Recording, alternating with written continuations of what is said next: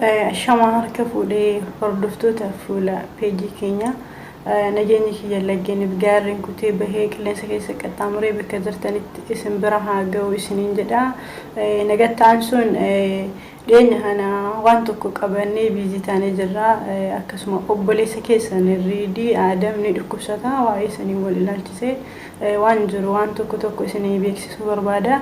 Dursa namoonni baay'een isaanii haala oolmaa isaan gaafatanii lakkoofsa keessan akkasuma waa hedduutu jira. Haalli oolmaa isaa har'aaf kaleessa xiqqoo guddas ta'uu baatu alhamdulillah baay'ee bareedaadha. Galanni rabbiin haa ga'u. Du'aayin keessan galma gahaa jirti jedhee yaada. Waan biraa immoo wanti inni ta'e guyyaa 4 booda guyyaa 4 kan guyyaa san kenname guyyaa 2 booda adda baafama guyyaa 2 booda kan mana yaalaatti deebi'u. Achi booda wixxeetii ka beekamee kanarra gahee sanarra gahee jennee isinii himuu dandeenyu jechuun. Hangasiif immoo namoonni baay'een qaamaan bira dhaqanii bira jiranis waan jiraniif haalli oolmaa isaa homaa hin jedhu. Alhamdulillah xiqqoo waan gaddaarra kaleessaaf har'a gaarii jira isin jechuu barbaada. Waa'ee biraa wanti isin ibsuu barbaade viidiyoo kanarratti namoonni hedduun isaanii dhugaa dubbachuuf baay'ee isin galateeffadha. Ilmaan Oromoo wanta guddaa galanni keessan daangaa hin qabu.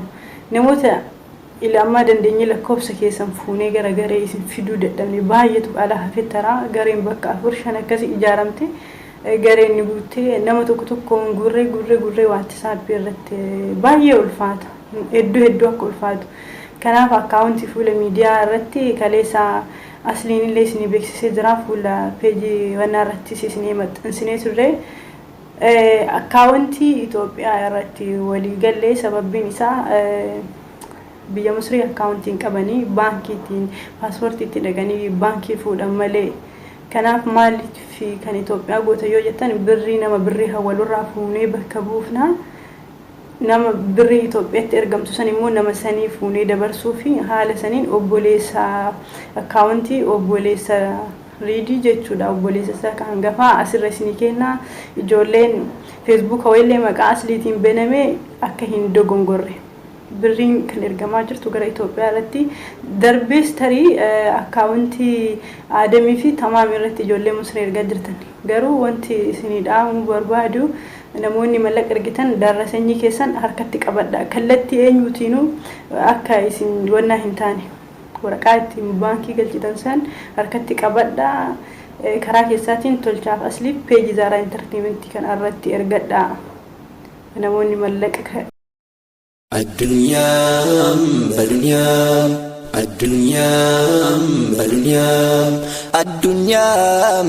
Addunyaan yaalla ነገር በሙሉ ጠፊ አላቂ ነው ብሎ ፈርዷል ጀሊሉ።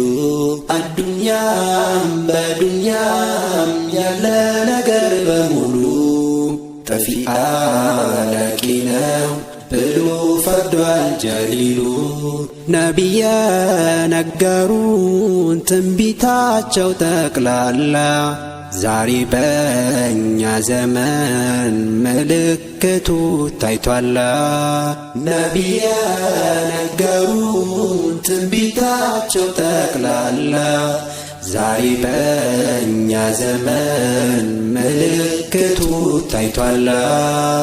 አመቱ ልክ እንደ ወር ወሩ እንደ ሳምንት ሲፈጥን የጊዜው መሮጥ ያየሩ ለውጥ አስፈራኝ ይሄ ዘመን። በሽታና ወረርሽኝ ድንገተኛ ሞት መብዛቱ መሬት መንቀጥቀጥ አየር መናወጥ መቃረቧ ነው ሳቲቱ። አላህ ያለ ያለማት ጌታ ያስገኘ ሁሉን ካልነበር ዛሬ በዓለም ላይ ኢሉሚናቲ ተብሎ ሸያጢን ዛሂር ሲገበር በጭንቅ ላይ በመከራ እናት ወልዳ ልጇን ዛሬ በሱ ስትስ akkasuma ijoolleen namoonni guruupiilee adda addaa irratti mallaqa isinirraa guuraa jiran jechuudha.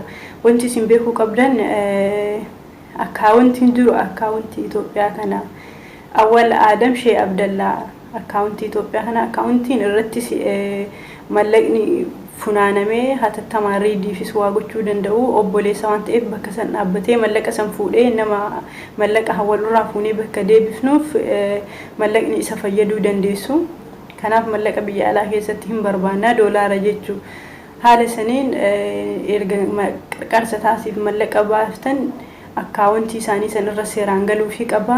Lammaffaa hin shawadamina namoonni garee adda addaatti garagaraatti ijaaramte gareen baay'atte jirti garee kan hunda dhaabannee hordofuu waan hin dandeenyeef yoo namoonni haalli baay'ee gara Itoophiyaa ergutu isin salphata. Akkaawuntii asirra isin barreessama viidiyoo kanarratti so gara Itoophiyaatti erguu isin salphata haa ta'u malee tasa isin salphate namni Misrii erguu dandeessan akkaawuntii yeroo ammaa kana akkaawuntii aslii keessaan tokkoon isin ergina akkaawuntii aslii fi akkaawuntii isaanii mattaawqaa ittiin baankii dhaqxanii baatan maqaa isaanii fi tamaamii aadam jechuu namootuma kana kan biraa ka tolchaa irraa hin fuune garuu waraqaa keessan tolchaa fi aslii waraqaa ittiin galchitan jaraaf erga tolchaa aslii akkasuma abdis jira haa ta'u namoonni sirriitti taa'ee hordofaa jiru jara kana waan ta'eef tolchaa fi tamaam aadam aslii namoota ganaatti darrasinyi keessan ergaa keessan dabarsaa fi ammas namoonni mallaqa ijoollee bakka jirtanitti biyya Dubaay keessa garee wayii ijaaramtee mallaqa walii guuraa jirti jedhan namoonni achirratti birrii nama dhuunfaa irratti walitti galchitan yoo jiraatan